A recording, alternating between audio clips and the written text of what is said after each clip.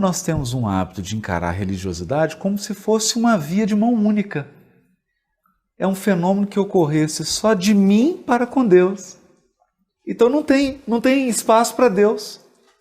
É só eu adorando Ele, eu pedindo, eu procurando. Então é uma rua que só tem mão única? Não é. Religiosidade é relacionamento. Então tem eu aqui me jogando até Ele e Ele se jogando em mim.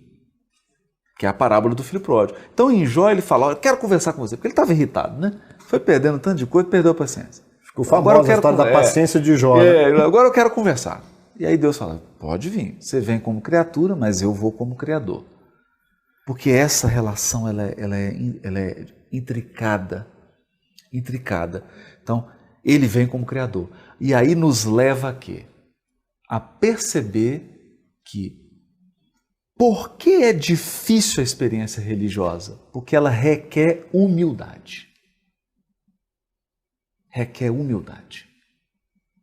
Humildade. Primeiro ato de humildade.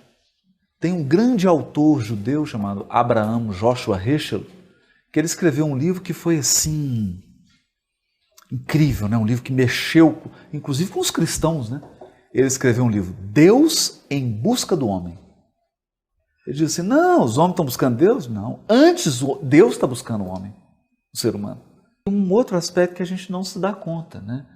Porque a gente pensa Deus, a sabedoria infinita, o poder absoluto, mas a gente não pensa em Deus como o amor infinito. Então, como é que o amor infinito se mantém impassível? Sim. A busca dessa aproximação, um treino para entender quando você está parado e quem se aproxima é ele. Isso é que é o genial. Você está numa fase, aí você tem que mudar de fase do videogame. E a evolução, a vida é isso. Chega um determinado momento, você tem que mudar de fase. Só que a gente está tão apegado. E o mudar de fase é uma experiência difícil, porque você está seguro onde você está. O conforto você já está dominando. Por mais que tenha dificuldade, por mais que tenha um problema, ele está sob o seu controle. Vou falar uma coisa aqui, pode soar estranha, né? É que Deus quer a gente fora de controle. Quer dizer assim, filho, eu estou no controle. O controle agora está na minha mão. E aí essa capacidade de se entregar, porque Emmanuel vai dizer, né? Você está até com pensamento e vida aí, do capítulo Humildade, né? Ele vai dizer assim, que a humildade é atributo de Deus.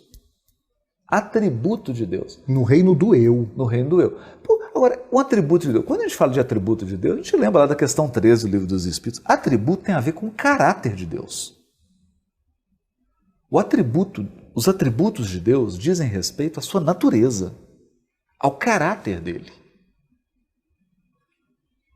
Então, ao falar que a humildade é um atributo de Deus, vamos pensar uma coisa simples aqui. Deus é todo-poderoso. Ele é todo-poderoso. Ele pode tudo. Mas quando ele criou uma lei divina para reger o universo, ele se autolimitou.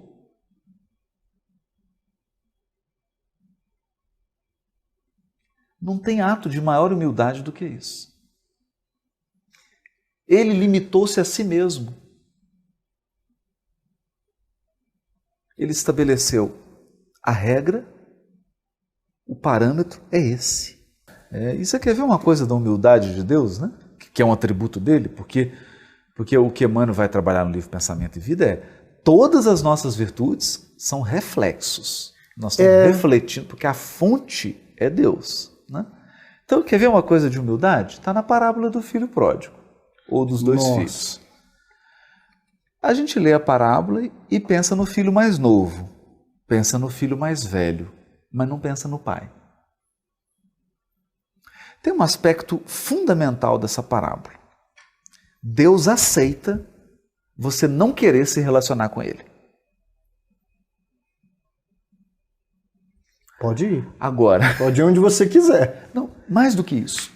eu não quero você do meu lado. Eu não quero você.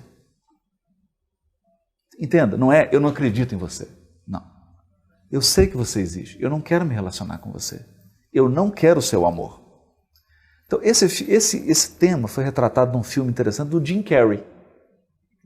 E que o Jim Carrey com Deus lá. Todo-Poderoso? Todo-Poderoso. Me conta com Deus. Eu falo, vou tirar uma férias, você fica aí. Fica aí no comando. Pode fazer o que você quiser, porque você tem todo o poder. Só tem uma coisa que você não pode quebrar. Você não pode ferir o livre-arbítrio. E aí ele começa a usar o poder, e nesse usar o poder, ele perde a pessoa amada, que é a noiva. Ele tinha todo o poder. Mas chega assim no auge, no momento culminante do filme, ela fala, eu não quero mais você. E aí ele podia fazer tudo. Ele só não podia, e isso ele não tinha poder, para interferir no livre-arbítrio dela para fazê-la voltar. Aí perdeu a graça. Quer dizer, o poder não tinha mais graça. Aí ele conta com Deus de novo. Aí Deus falou, acabou, agora vim. Ele falou assim, olha, como que eu faço para fazer uma pessoa voltar para mim e me amar sem ferir o livre-arbítrio dela? Aí Deus vira para ele e fala assim, se você encontrar a resposta, você me diz, porque é o que eu estou tentando fazer. É muito legal isso, porque é a humildade do Criador de permitir que eu não reconheça o amor dele, que eu rejeite o relacionamento com ele, porque o que os dois filhos fazem é isso, rejeitar a relação, rejeitar o amor divino, por um tempo, mas rejeita. Dói. E ele aceita. Ele é o Criador e ele aceita. Para os padrões culturais da época de Jesus, aquele pai é um pai muito estranho. Ele é bem esquisito. Ele quebra todos os protocolos. É mais ou menos você entrar no Congresso Nacional e ficar pelado. É uma aberração. Aberração. Você quer ver? Vou citar um ato para você que os ouvintes de Jesus devem ter ficado estarrecidos. Foi o pai beijar o filho. Isso não existe. E a parábola diz assim, porque Jesus exagera, né? Aquilo ali eu digo que é vatapá, é 3 quilos de pimenta e 10 gramas de bolinho. Quente. É um negócio assim, um acarajé, um negócio pimentado, porque a parábola diz assim, ele beija repetidamente o filho. Isso, primeiro, é escandalizador.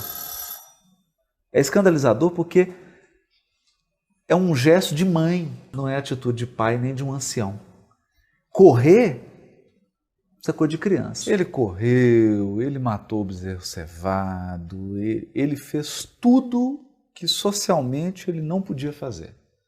Então, a pergunta que vem é, por que Jesus faz um personagem tão caricato, tão aberrante? Porque ele quer... Porque esse personagem é Deus, né? É o Pai. Ele está querendo falar assim, gente, eu sou um Cristo. Eu já estou num processo de comunhão indescritível com Deus. Então eu já conheço Ele. Eu já me relaciono diretamente com Ele. Então, deixa eu tentar explicar o amor de Deus para vocês. Vocês não sabem o que é o amor de Deus. É um negócio fora da casinha. O amor de Deus é uma aberração. Ele passa por cima de todas as convenções humanas. Porque ali também não era só... Ele estava querendo dizer da intensidade do amor de Deus. É uma coisa descomunal. Então, assim, se a gente pudesse pegar um exemplo pequeno, né? Uma mãe se derramando em lágrimas pelo filho que está sendo preso. Isso não é nem uma centelha diante do derramamento do amor de Deus. Quer dizer, quando ele vê a gente se perdendo, é assim. É assim. É isso que Jesus está dizendo. Vocês não estão entendendo. Há mais alegria no céu quando um retoma do que por todos nós, Cristo, que estamos lá do lado dele. Porque o derramamento dele, de Deus, é: a minha família está completa agora. E aí, Maurício, tem uma questão da parábola que está implícita, que é a grande questão da religiosidade. Que é: você quer participar do amor de Deus? Então precisa entender uma coisa. Deus quer reconstituir a família dele. Isso é profundo. Então está lá o Cristo na esfera dele. Mas uma parte da família está em sofrimento.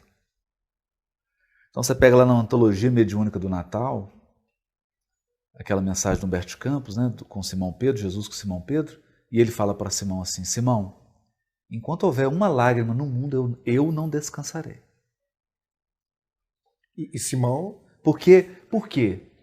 Porque, Simão, eu já estou num processo de relacionamento com Deus que eu quero a alegria do Pai. Eu estou integrado no amor dele, e o amor dele é a família reunida, intercessória e a serviço do amor divino. Né? Isso é bonito porque, por exemplo, o Heschel, né, no grande livro dele, que foi o doutorado dele, né, Profeta, ele vai explicar o que é o profeta. Né? Então ele vai dizer assim: o profeta não é um microfone. Ele não é um microfone. Deus não fala por ele. Ele é um ser humano. Então, como é que é o processo de comunicação de Deus com o profeta? O profeta sente a compaixão de Deus pelo sofrimento humano. E aí ele se compadece, cria sintonia, Deus age por ele. Aí você viu que indiretamente você foi para a parábola do bom samaritano. Porque o doutor da lei chama Jesus para um café para conversar sobre religião e religiosidade. É isso que ele está perguntando. O que eu faço para herdar a vida eterna? Aí Jesus vai chegar para ele e falar assim: olha, você tem que entender uma coisa. Religiosidade para Deus é compadecer-se. O sentido a compaixão é eu permitir que o amor infinito de Deus se expresse no meu coração, nas minhas mãos, nas minhas pernas. Porque todo mundo lê a parábola do bom samaritano, ele fez caridade. A questão lá é o seguinte: a pergunta é, de todo mundo ali, qual que tem o maior nível de religiosidade, de conexão com Deus? É o sujeito que não está nem pensando em Deus, em tese. É o sujeito que interrompeu a viagem e foi movido de compaixão. Porque a tradução é errada nesse ponto, né? Ela diz assim: compadeceu-se. Não. Está na voz passiva, o texto original. O samaritano foi movido por quem? É interessante, movido por Ele foi movido de compaixão. Por quem? Por Deus. Quem compadeceu-se foi Deus. Não foi o samaritano. E aí hoje, né, na própria teoria jurídica já se fala em justiça restaurativa, né? Porque a nossa justiça é destrutiva, né? O sujeito comete um crime, eu coloco ele num lugar e aí transformo ele num monstro, né? Não é uma justiça que restaura. Então não é ser conivente com o mal, né? Mas é restaurar. E a justiça divina ela tem um compromisso com a restauração. Com a restauração. Esse é um ponto profundo, porque, por exemplo, o Sai Baba dizia uma coisa linda, né? As mãos que auxiliam e que pacificam são mais santas que os lábios que oram. A experiência de Deus mesmo se dá no encontro com o outro.